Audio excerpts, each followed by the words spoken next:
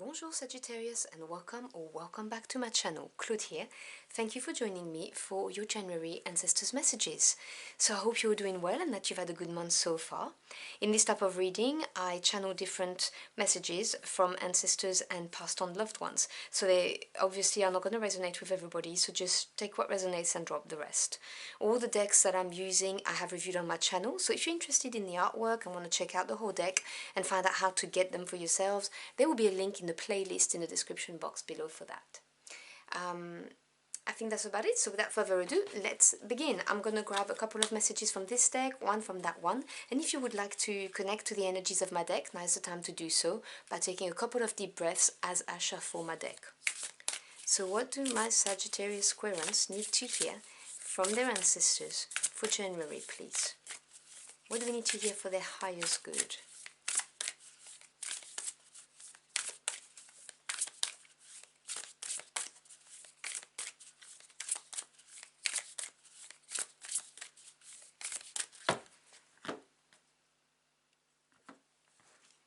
So I'm going to grab two cards from this deck and one from this one.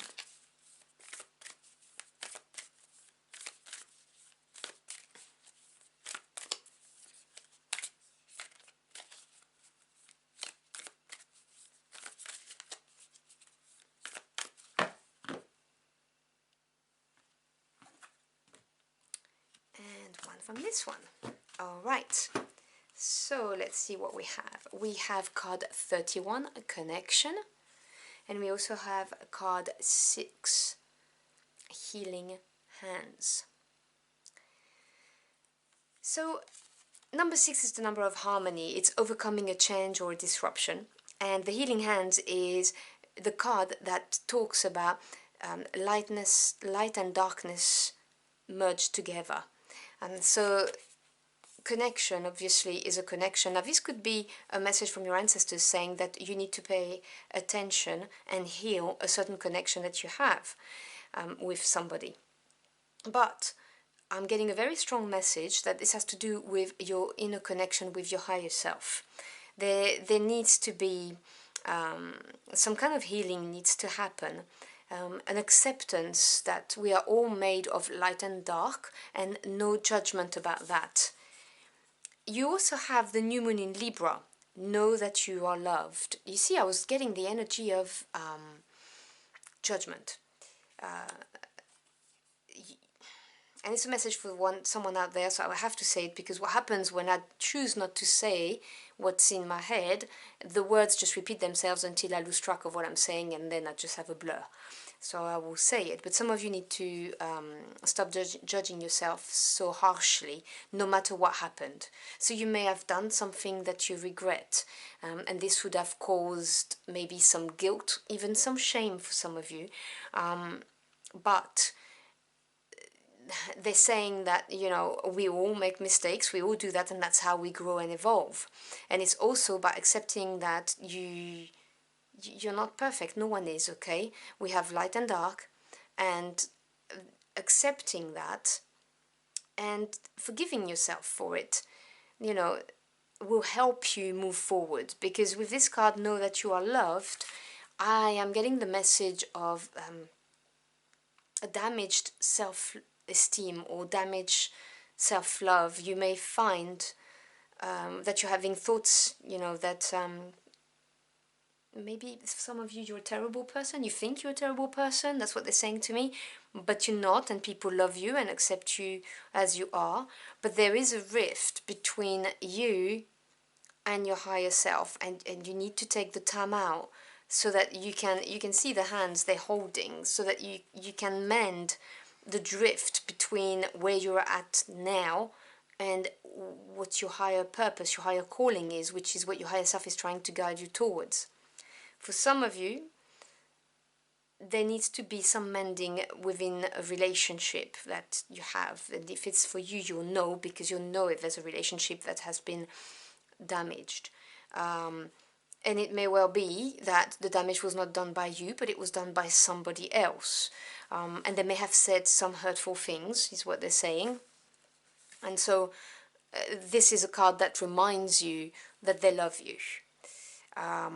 And for some of you, the messages are getting back to this guilt that you carry. Your ancestors and past on loved ones want you to know that you are loved. They do not judge you.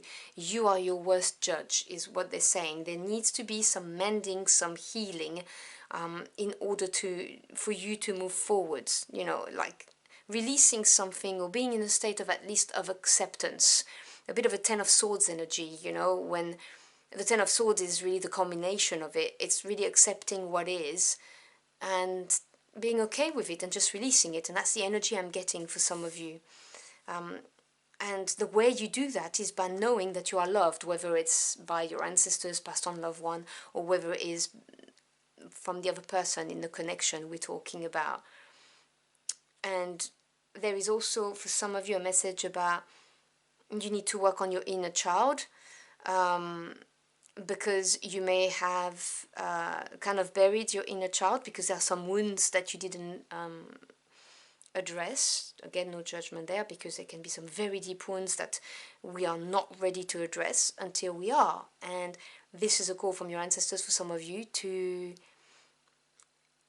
do some inner work when it comes to your inner child. That's just a special message for someone out there. All right, let's see what the tarot has to say.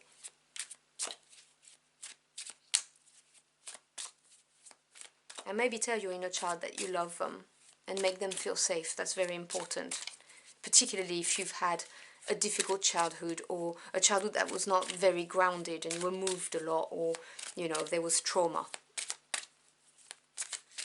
Reconcile the light and the darkness within yourself or within someone else. Accept it in someone else. Sorry, I'm just telling you what they're saying to me in no specific order. All right.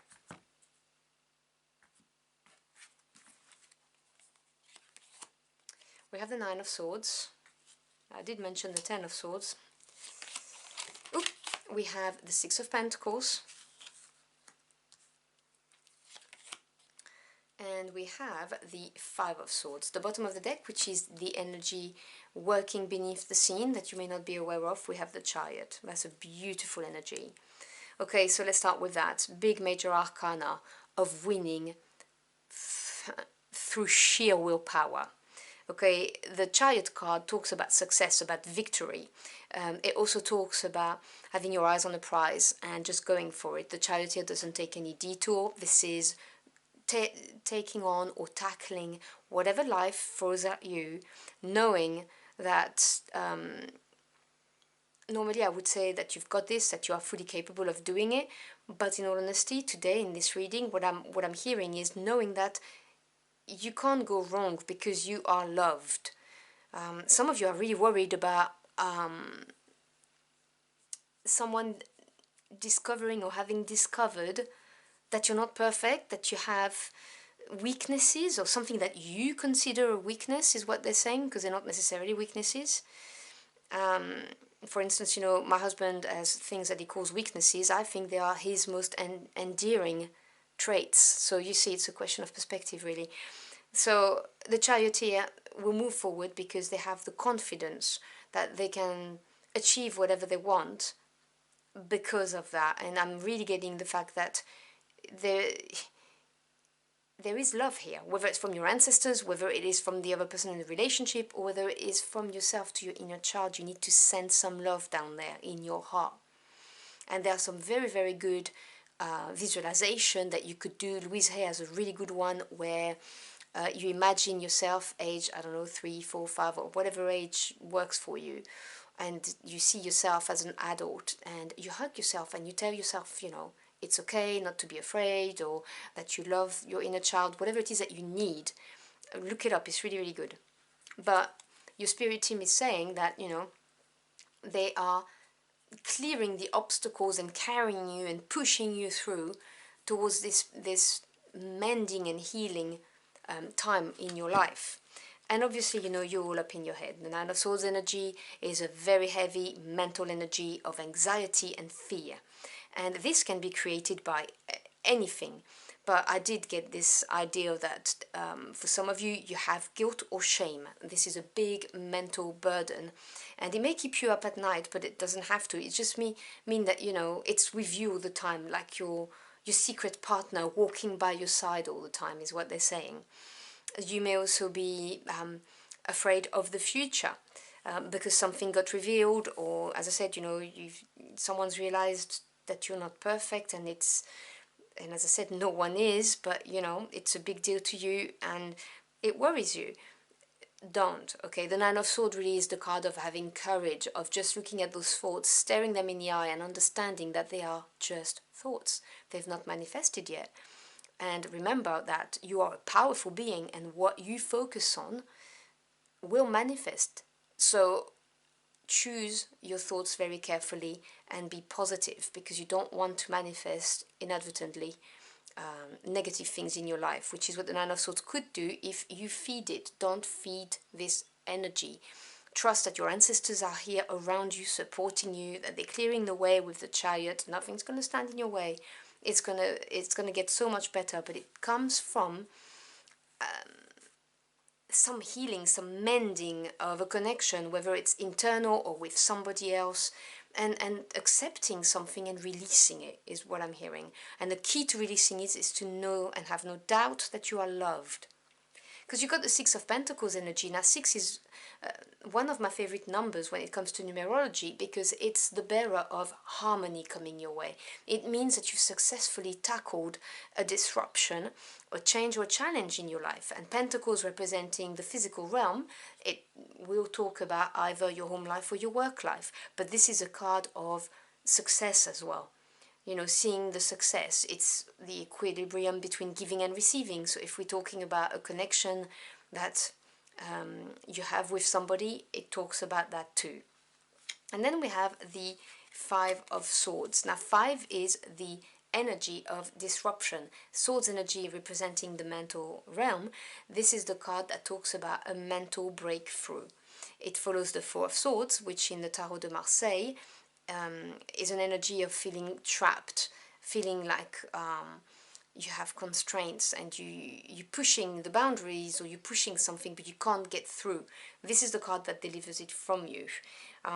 Sometimes it has a negative connotation, particularly because of the pictures on the Rider-Waite-Smith of somebody looking a bit, you know, smirking because they won and the others didn't.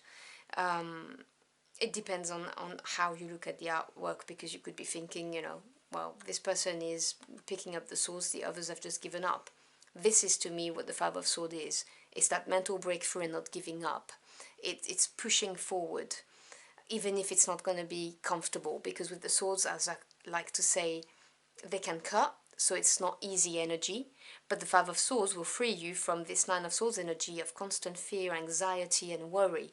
The Five of Swords is if you put your mind to it and you do things with the highest good of everyone involved, then you will be fine. But there will be people who may not agree with you or may have something to say about it. And, you know, opinions are like belly buttons, we all have one. So there you go. So I'm going to close out your reading by pulling out a card from this deck. You're going to receive the advice from a forest, and I will read you the short paragraph from the guidebook because I find it very informative. So can we have a final bit of advice or a final message for my Sagittarius querents, please?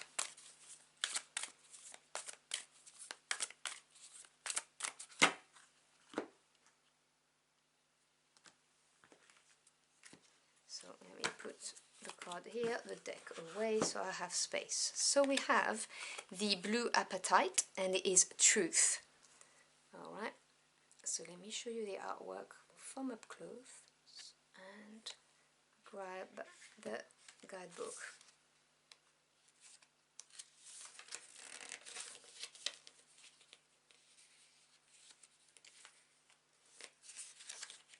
Okay, so the humanitarian stone. A walk through this forest deepens awareness and tuning in with others on both a personal and a global scale. It's a stone of giving service with joy and reminds us of karma. I think this is a wonderful stone for those times when we don't seem to connect, when society seems fractured and the future uncertain. Understanding and compassion are keys to moving forward. You see, I was talking to you about being compassionate to yourself, being compassionate to others in order to mend, and accepting that no one is perfect. So let me read that again. Understanding and compassion are key to moving forward, whereas looking for differences and arguments leads to stagnation. With empathy and peace, we can work together to improve the world. Also said to enhance powers of lucid dreaming if placed under the pillow of the sleeper.